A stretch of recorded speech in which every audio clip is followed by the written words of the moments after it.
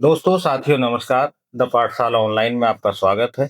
मैं हूं सुमित नागर और आज हम बात करेंगे सरदाना की आवाज, संघर्ष और विकास का नाम अतुल प्रधान। अतुल प्रधान एक ऐसे विधायक के रूप में पहचाने जाते हैं जो जमीनी संघर्ष, एक अलग अंदाज और जनता से उनका सीधा जुड़ाव है। सरदाना को पूरे भारत में अतुल प्रधान जी की वजह से एक पहचान मिली है और न केवल उत्तर प्रदेश में बल्कि जो आसपास के राज्य में हैं वहां भी उनकी सक्रिय भूमिका रहती है और लगा करके बच्चों से युवा और बूढ़े सब उनके एक तरह के दीवाने हैं उनकी कार्यशैली के। तो बहुत बहुत स्वागत है विधायक जी, आपने समय दिया। मैं आपका बहुत धन्यवाद करूंगा और आपसे मैं माफी भी चाहता हूं कि आपने बहुत देर तक इंतजार किया कि आज सुबह से लोग ज्यादा आ रहे थे और क्योंकि हमारा और आपका परिचय बहुत पुराना भी है तो इसलिए मैं आपका विशेष धन्यवाद करना चाहता हूं कि आप लोग कम से कम जो सत्यता लोगों तक पहुंचे उस आवाज को बुलंद कर रहे हैं और आपके जो चैनल में पाठशाला शब्द है ये बहुत अच्छा है, लोगों को क्या नाम कहीं ना कहीं सीख देने वाला है, तो मैं आपका धन्यवाद। जी हाँ, हम पहला क्वेश्चन लेते हैं कि आपकी जो पारिवारिक पृष्ठभूमि है उसके बारे में थोड़ा सा बताइए। देखिए मैं समझता हूँ कि जैसे जिस पोजीशन पे हम लोग हैं तो मैं हमेशा एक ही बात का ध्यान रखता हूँ कि जो आपके जीवन में कभी परेशानी दुख या कष्ट आए हो कभी जीवन में जी। तो वो आपको याद रखनी चाहिए। तो जो पारिवारिक पृष्ठभूमि है हमारी, हमारे परिवार में छोटी किसानी छोटी खेती वाले लोग रहे हैं। हम लोग बहुत बड़ी किसानी खेती नहीं थी, जमीन नहीं थी, लेकिन चूंकि हमारे फादर बहुत पहले, हमारे जन्म से ही पहले गांव से टच तो रहा लेकिन मेरठ आ गए जी। और खुद बीएमएस डॉक्टर थे। तो परवरिश हमारी शुरू के समय में तो हमारी मम्मी हमारे पापा दोनों जो है परवरिश हमारी शुरुआत में कर रहे थे। लेकिन ये अलग विषय है, दुखद विषय है कि कहीं ना कहीं क्या क्या चीजों को, क्या क्या मुसीबत का सामना करना पड़ता है कि बचपन में ही हम लोगों की माता जी, माता जो थी हमारी माँ थी, वो गुजर क्या गई कि उस समय कुछ बदमाशों ने हमारे पिताजी को मारने के लिए आए थे। तो वो सामने आ गई तो 5 गोलियां उनको लगी। तो गोलियां लगने के बाद में वो 2-2.5 महीने बाद एम्स के बाद में इलाज के वापस आई तो उनको इन्फेक्शन हो गया, उस समय सेप्टिक बोलते थे। तो इन्फेक्शन हो गया, उसमें उनकी मौत हो गई। तो उस समय पर हमारे पिताजी ने, ये थोड़ी शॉर्ट में बता रहा हूँ, पापा ने निर्णय किया कि भाई कई लोगों ने दबाव डाला आप शादी कर लीजिए, लेकिन उन्होंने ये कहा कि 3 बच्चे हैं, 2 बेटियां एक बेटा है, तो इनकी परवरिश करने की जिम्मेदारी हमारी है, तो मैं खुद इनकी परवरिश करूंगा। तो दुखद समय ने साथ लेकिन नहीं छोड़ा।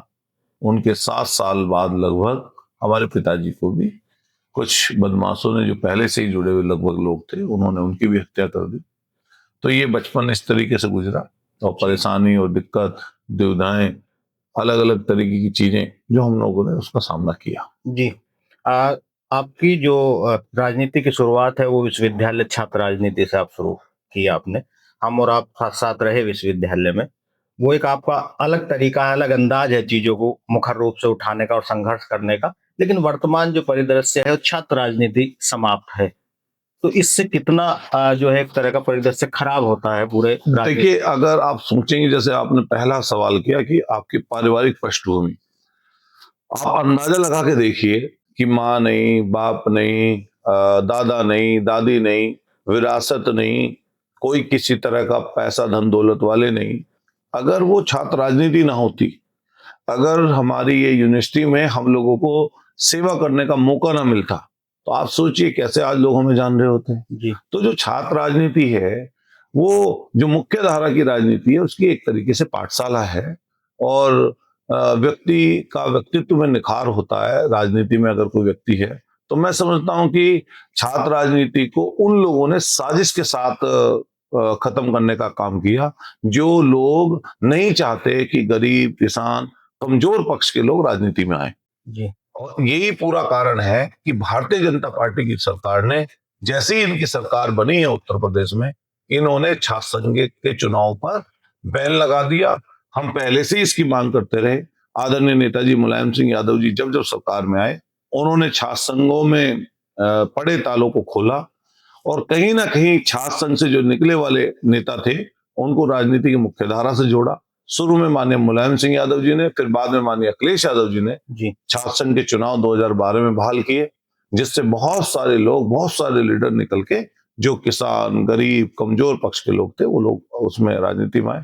इसी तरीके से आपने देखा होगा, लगातार आप उस समय जब यहाँ पर पढ़ाई करते थे, हम और आप एक ही डिपार्टमेंट के उस समय रहे, जी तो हमें और आपने नजदीकी से देखा होगा। आप पढ़ाई के क्षेत्र में थे तो हम लोग स्टूडेंटों के लिए स्ट्रगल कर रहे थे। उसी के साथ साथ कई विषय, कई मुद्दे ऐसे भी आते थे जो देश का या देश से संबंधित या क्षेत्र से संबंधित होता था, तो उसमें भी हम लोग इंटरफेयर करते थे। उसी वजह से लोगों से जुड़ाव हुआ और हम लोग राजनीतिक मुख्य धारा में आए। इसी से जुड़ा हुआ दूसरा प्रश्न है कि न केवल छात्र राजनीति समाप्त की गई है, दूसरी ओर शिक्षा का निजीकरण भी हुआ है। अगर चौधरी चरण सिंह विश्वविद्यालय मेरठ में ना होता तो आज संभव है, आप एक मान्य विधायक हैं और मैं एक चैनल के माध्यम से आपसे बात कर रहा हूं, तो ये भी संभव नहीं है गांव देहात के व्यक्तियों के लिए, तो इसको भी एक तरह से समाप्त किया जा रहा है निजीकरण के नाम पर। देखिए, वो जो छात्र राजनीति वाला विषय उठाया आपने, तो वो बहुत इसलिए जरूरी है छात्र राजनीति कि जनता से जुड़े हुए वो विषय, छात्रों से जुड़े वो विषय जिससे छात्र परेशान होते हैं, दिक्कत में रहते हैं, तो वो कम से कम वो लड़ाई लड़ लिया करते थे। जी और जैसा कि आपने ये कहा कि भाई छात्र राजनीति के साथ साथ निजीकरण की जो आपने बात की, ये पूरी की पूरी गवर्नमेंट कुछ धन्ना सेठों को, कुछ उद्योगपतियों को बढ़ाना चाहती है, जिसका छात्र राजनीति में रहते हुए नौजवान मुखर रूप से विरोध किया करते थे। आज अगर उस समय पर हॉस्टल की 100 रुपए फीस बढ़ जाती थी, जी अगर किसी की परीक्षा फॉर्म की 50 रुपए फीस बढ़ जाती थी, या किसी की सेमेस्टर की या किसी के साल की 100 रुपए फीस बढ़ जाती थी, उसके लिए देखते थे आप कितने बड़े बड़े आंदोलन इस विश्वविद्यालय में हुए हैं। जी लेकिन आज के समय में इन्होंने प्लानिंग के तहत कुछ धन्ना सेठों को यूनिवर्सिटी, प्राइवेट यूनिवर्सिटी बनाने का एक तरीके से काम करने का काम किया। मैं पिछले 4 साल से जब जब किसी प्राइवेट यूनिवर्सिटी का बिल लेके सरकार आती है, मैं सदन में उस पर मुखर होकर बोलता हूं। जी और मैंने कई बार, कई मौकों पर यह बात कही कि गांव, गरीब, कमेरे वर्ग के जो लोग हैं, जो हमारे मजदूर और किसान लोग हैं, जिनके पास पूंजी नहीं है उतनी, अगर आप सोचिए बीसीए, बीबीए करने के लिए 1 लाख रुपए चाहिए आप ठीक ठाक यूनिवर्सिटी में। जी आप ग्रेजुएशन करने के लिए आपको अगर लाखों लाखों रुपए की जरूरत पड़ती है, तो बताइए आप गरीब आदमी कहां से पढ़ेगा। जी और बाबा साहब ने जो उस समय अपने समय पर रहते हुए संविधान तो उन्होंने हमें दिया ही, लेकिन जो उन्होंने कहा कि शिक्षा के बारे में, शिक्षा के महत्व के बारे में जो उन्होंने प्रकाश लगातार अलग अलग समय पर डाला है, तो मैं समझता हूं उनकी वो सोच कहीं ना कहीं सरकार उसको गर्त में लेके जा रही है। और आप सोचिए कि इस समय का समय देखिए कैसा है कि सरकार उसकी पुरजोर पैरवी करती है जी कि निजीकरण हो। अगर शिक्षा और स्वास्थ्य का निजीकरण हो जा रहा है, सोचिए आप, तो गरीब लोग कहाँ इलाज कराएंगे और कहाँ जाकर पढ़ाई करेंगे। अभी आप नजदीक से अगर देखिए, समझिए, जो लोग पहले फैक्ट्री कारखाने अलग अलग रूप से चलाते थे, जिनमें अलग अलग चीजें होती थी, कोई कहीं पर बिजली का कारखाना बनाने की बात चल रही थी, कहीं पर कोई मैन्युफैक्चरिंग किसी अलग अलग वस्तुओं की हो रही थी, आज वो लोग उन्हें बंद करके, प्राइवेट वाले उन फैक्ट्रियों को बंद करके स्कूल और अस्पताल खोल रहे हैं। जी 3 चीजों में इन्वेस्ट कर रहे हैं, एक शिक्षा में, दूसरा स्वास्थ्य में, और तीसरा रेस्टोरेंट बड़े बड़े चेन के रूप में बना रहे हैं। जी तो सोचो आप 3 चीज में जो इन्वेस्ट कर रहे हैं, तो वो जो इन्वेस्टमेंट है फैक्ट्री बंद करके, वो गरीब गुरबा लोग, इन्होंने पूरा कसम खा रखा है सरकार के लोगों ने कि गरीब आदमी की शिक्षा इतनी महंगी कर दो निजीकरण करके कि ना वो पढ़ेगा, ना वो सवाल करेगा, ना नौकरी मांगेगा। जी ये इस सरकार की नीति है। जी आप लगातार जो जो शिक्षा का मुद्दा है, सरकारी शिक्षा को समाप्त किया जा रहा है, अस्पतालों को समाप्त किया जा रहा है और तमाम ऐसे मुद्दे जो आम जन से जुड़े हुए हैं उनको आप सक्रिय रूप से उठाते हैं, तो इसी रूप में आपकी जो छवि है वो एक जमीनी सक्रिय संघर्ष रूपी नेता की है। लेकिन इन सब के बावजूद आप सुबह से शाम तक दौड़ते हैं, क्या कोई परिदृश्य बदलता हुआ दिखाई देता है? देखिए, मैं ये सोचता हूँ कि वो एक पुरानी कहावत है कि भाई कोई चिड़िया, आग लग गई कहीं पे, बहुत भयंकर आग लगी हुई थी, कोई चिड़िया आ रही थी, एक बूंद पानी लेके उस पर डाल देती थी, तो किसी ने कहा कि भाई तेरी एक बूंद से क्या आग ये बुझ जाएगी? तो उसने कहा मेरा आग लगाने वालों में नाम नहीं होगा, बुझाने वालों में होगा। जी तो मैं अपने आप को ये सोचता हूँ कि इतने बड़े सिस्टम में, जिस सिस्टम में पूरी तरीके से सरकार ने सोच बना रखी है कि गरीब गुरबा लोगों को अलग थलग कर देना है, और अडानी अंबानी जैसे लोग जो इतने बड़े बड़े धन्ना सेठ हैं उनको उसी रूप में क्या नाम प्रचारित किया जा रहा है। पूरी सपोर्ट सरकार कर रही है और सरकारी पैसा एक तरीके से जो जनता का गाड़ी कमाई का पैसा बैंकों में जमा है इन्हें लोन के रूप में देकर फिर माफ कर देती है।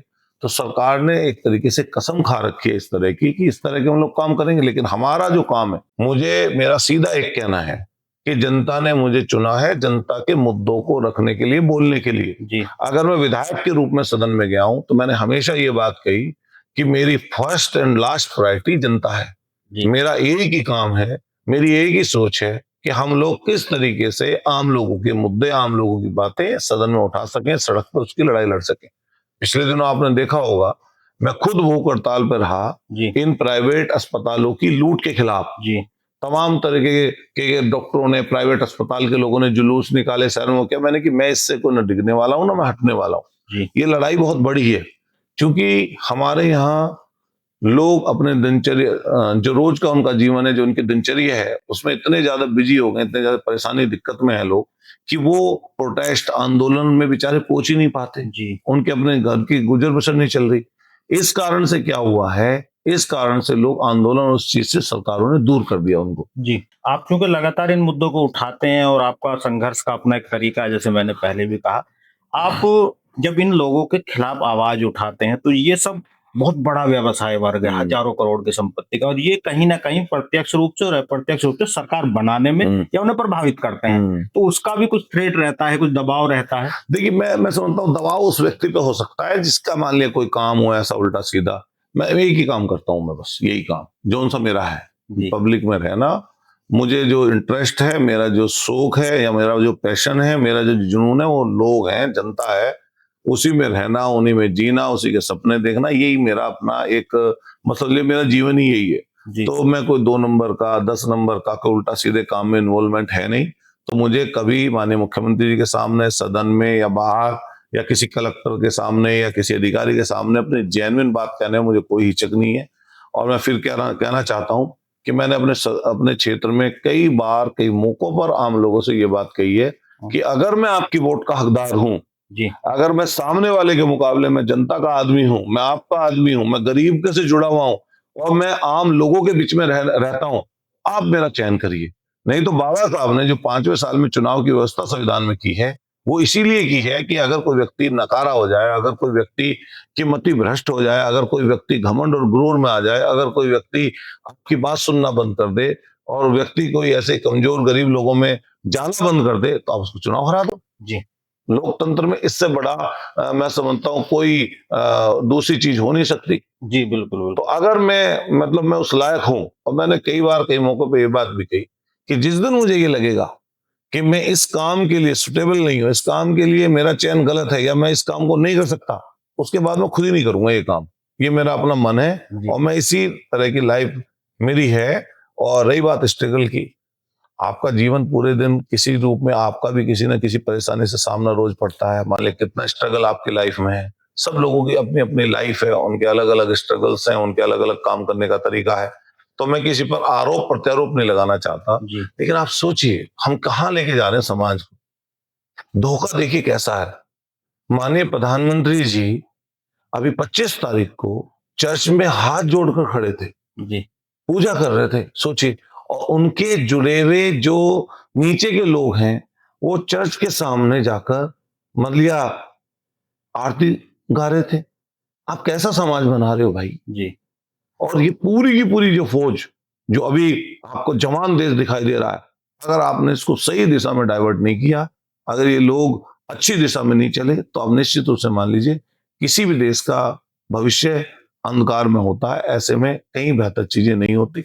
जी, आप क्योंकि सक्रिय राजनीति बहुत लंबे समय से कर रहे हैं और जाति भारत की एक सच्चाई है, तो ये चुनाव के दौरान जो जातिगत चीजें चलती है, चूंकि आपका जो नजरिया है दूसरा है, मैं लगातार आपके साथ रहा या आपके संपर्क में रहता हूं, तो लगता है कि आप जाति से ऊपर उठ करके काम करते हैं, लेकिन बावजूद इसके जाति एक सच्चाई है, वो कितना प्रभावित करती है राजनीति? देखिए जाति, ये बिल्कुल बात सही है। जाति आदमी जन्म से लेके आता है, जिस जगह आदमी पैदा होता है, जिस जाति में पैदा होता है, उसी का उसका नाम पड़ता है जी। हालांकि मैं एक चीज मानता हूं, जो मेरी विचारधारा है, अगर कोई मुझसे पूछे कि भाई आपका विचार क्या है, तो मैं कहता हूं कि मैं अम्बेडकरवादी हूं, मैं बाबा साहब भीमराव अम्बेडकर की सोच का व्यक्ति हूं।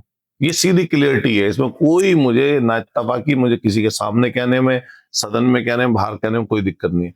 लेकिन चूंकि मैं एक पॉलिटिकल व्यक्ति भी हूं और मैं एक सामाजिक व्यक्ति भी हूं, तो मेरी जो विचारधारा है मैं उसका प्रचार प्रसार करूं, मैं उस पर काम करूं, ये अलग जुदा बात है। जी लेकिन किसी और की भावना को ठेस पहुंचाने का काम मेरा नहीं है। जी किसी और में मान लिया कहीं पे पूजा हो रही है, मैं पूजा मान लिया शामिल होता हूँ, मान लिया कोई जागरण हो रहा है मैं उसमें शामिल होता हूँ, कोई ऐसी सामाजिक चीजें चल रही हैं जिसमें मुझे जाना चाहिए, पंचायत कोई मौका ऐसा है तो मैं उसमें भी जाता हूँ।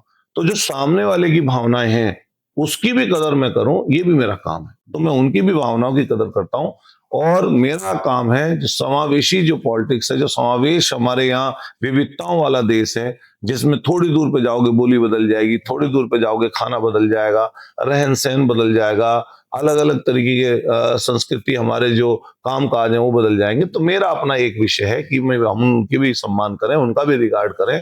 हमारे देश में एक तरफ पंजाब है जहाँ सिख लोग ज्यादा हैं, एक तरफ केरल में उधर की साइड चल जाए तो कई जगह ईसाई भी हैं, कई जगह जैनी, हमारे जैन समाज के लोग हैं, कई जगह बौद्धिस्ट लोग बन गए, हमारे हिंदू, इतनी विविधताओं का हमारा समाज है, हमारा धर्म है। तो आप देखेंगे कि रहन सहन, बोलना चालना, हमारी संस्कृति, जी जी हमारे कामकाज सब उसमें प्रभावित होते हैं। तो मैं ये समझता हूँ हम भारतीय हैं और बाबा साहब ने जो बात कही कि पहले हमारे लिए देश, जी तो फर्स्ट और लास्ट में तो सबसे अगर कोई बात अगर रखी जाएगी तो देश की रखी जाएगी, नहीं तो बहुत सारे कामकाज है उनका सम्मान करेंगे, सम्मान के साथ काम करेंगे। आप सरधना सीट से विधायक चुन करके आए।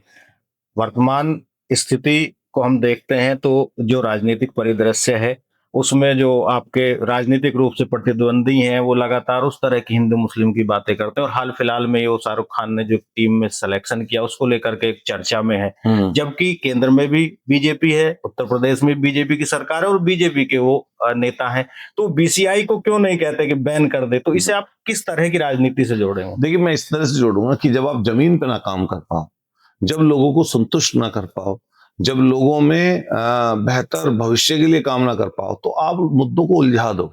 तो हमारे यहाँ जो विशेषकर भारतीय जनता पार्टी के लोग हैं, प्रधानमंत्री जी मंच से आएंगे तो उनका आचरण अलग होगा।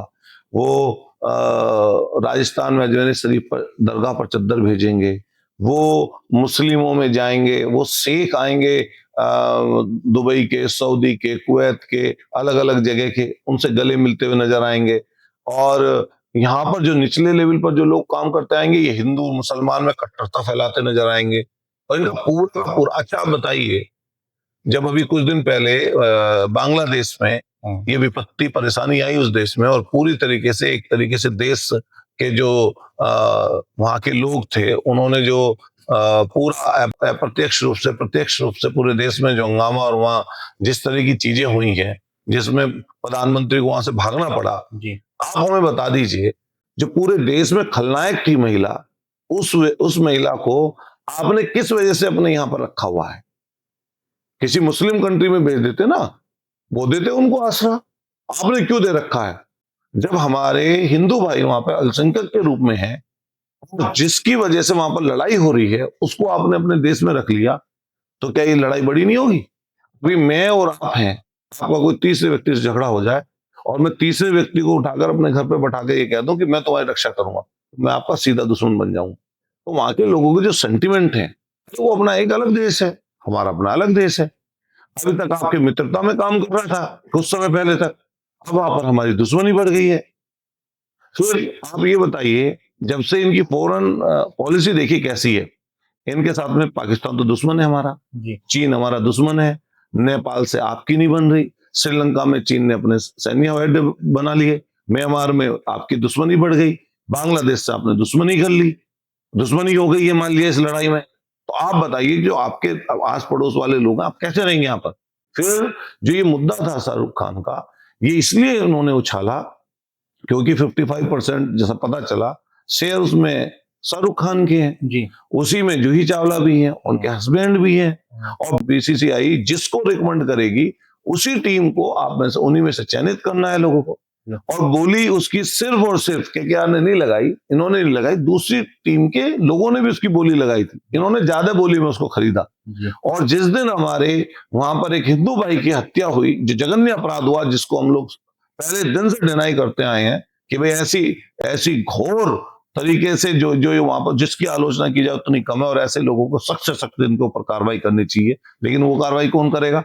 वो भी ये देश के प्रधानमंत्री हैं, यही विदेश मंत्री हैं, इन्हीं के हाथ में बॉर्डर है, इन्हीं के हाथ में एनआईए है, इन्हीं के हाथ में इनकम टैक्स है, इन्हीं के हाथ में आपके तमाम जो है दूसरे ईडी है। तो जिसको जो चाहे वो ही कर ले। तो हमें क्या बता रहे हैं? यही करने वाले, यही बोलने वाले, यही हटाने वाले। तो ये दूसरों पर लांछन आरोप इसलिए लगाते हैं, इस तरह का ऐसी बात बोलते हैं जिससे लोग हिंदू मुसलमान बढ़ जाए। अगर इनसे 4-5 इनके भाषणों से शब्द हटा दिए जाए, पाकिस्तान, मुसलमान, ये जो है अपना गाय माता का नाम, ये जो 5-6 चीजें अगर हटा दो इनके उससे जवान से, तो इनका भाषण ही पूरा नहीं होगा। तो जो हमारे विपक्षी हैं, आज तक उनकी भाषा देखिए आप कैसी है।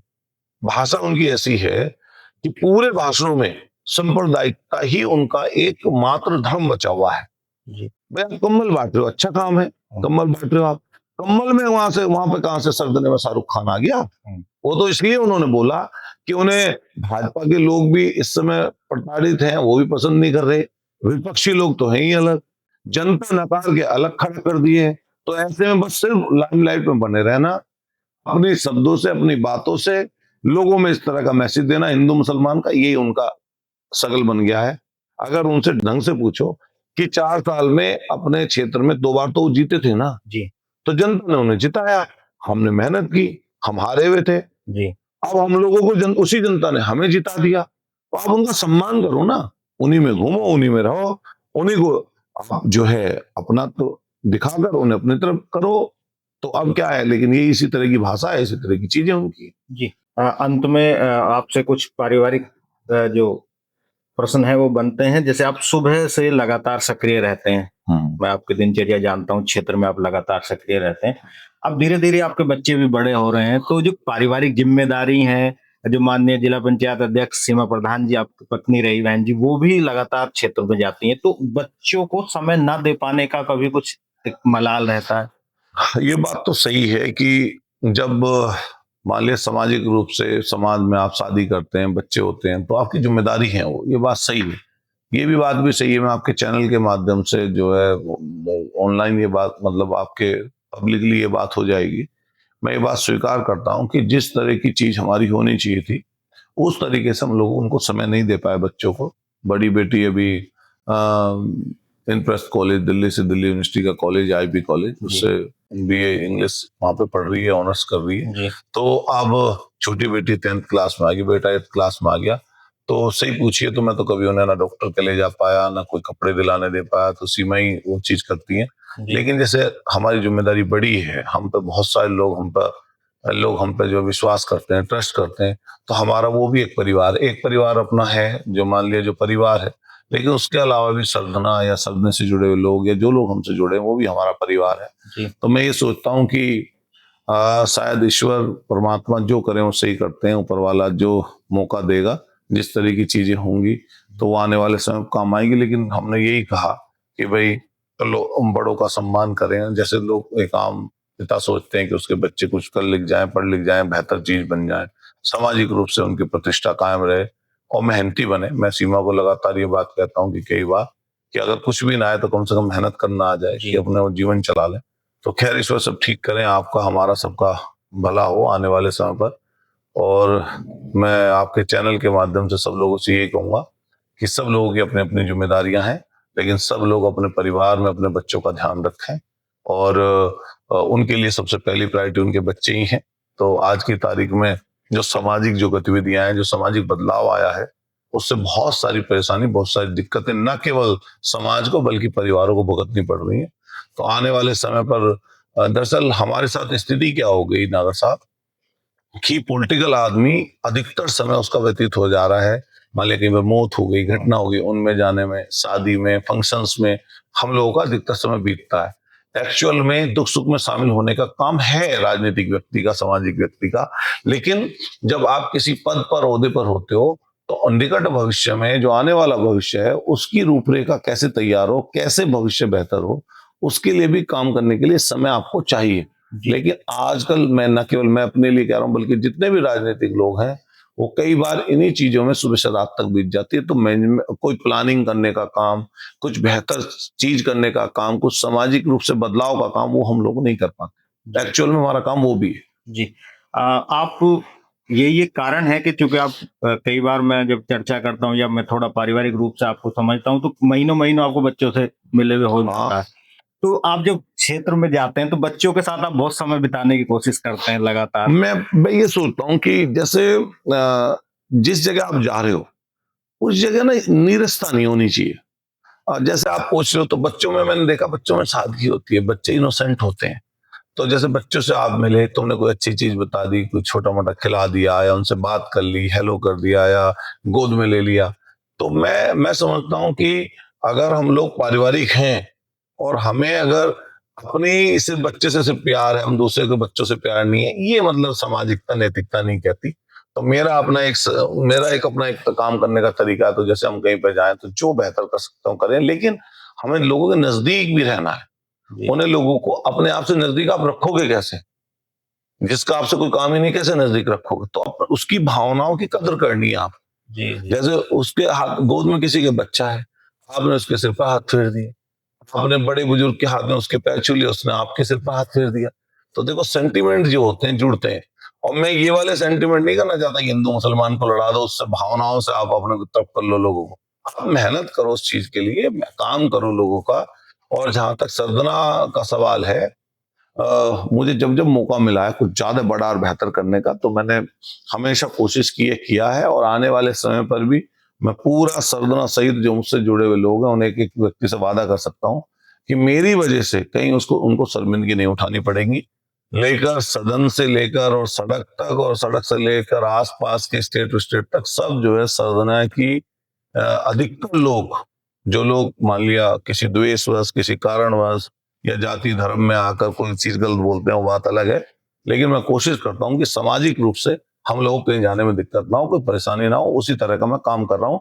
और सदने के लोगों को मैं भरोसा दिला सकता हूँ कि उन्होंने जो मेरा चयन किया है, मैं इसके लिए रात दिन ये कोशिश करता हूँ कि जो उन्होंने चयन करके मुझे विधायक के रूप में बैठाया, मैं उनकी बातों पर खरा उतरूं। और कहीं ना कहीं जो गलत की तरफ भी लोग जा रहे हैं, उनको भी मैं रत्ती भर भी आपके चैनल के माध्यम से कहना चाहता हूँ, मैं किसी गुंडे, शरारती या किसी महिला के साथ कोई गलत काम करके आ जाए, कोई गौकशी करके आ जाए, कोई सांप्रदायिक माहौल खराब करे, जाति और धर्म के नाम पर किसी को नीचा दिखाने का काम करे, मैं इन सब चीजों से बहुत दूर हूं। और मेरी पूरी कोशिश है कि मैं इस तरह के एलिमेंट्स को पसंद ही नहीं करता हूं। अच्छा, मैंने अपने माँ बाप को गोली से मरते हुए देखा, मैं किस बदमाश को क्यों पसंद करूंगा भाई? मैं नहीं करता हूं ये काम। मुझे कतई रत्ती भर ना उनसे लगाव है, ना मेरी कोई उनसे कोई नजदीकी है। और फिर जाति की बात चलती है, आपने बोला था, मैं जाति के नाम से ना किसी को बड़ा मानता, ना मैं जाति के हिसाब से किसी को छोटा मानता।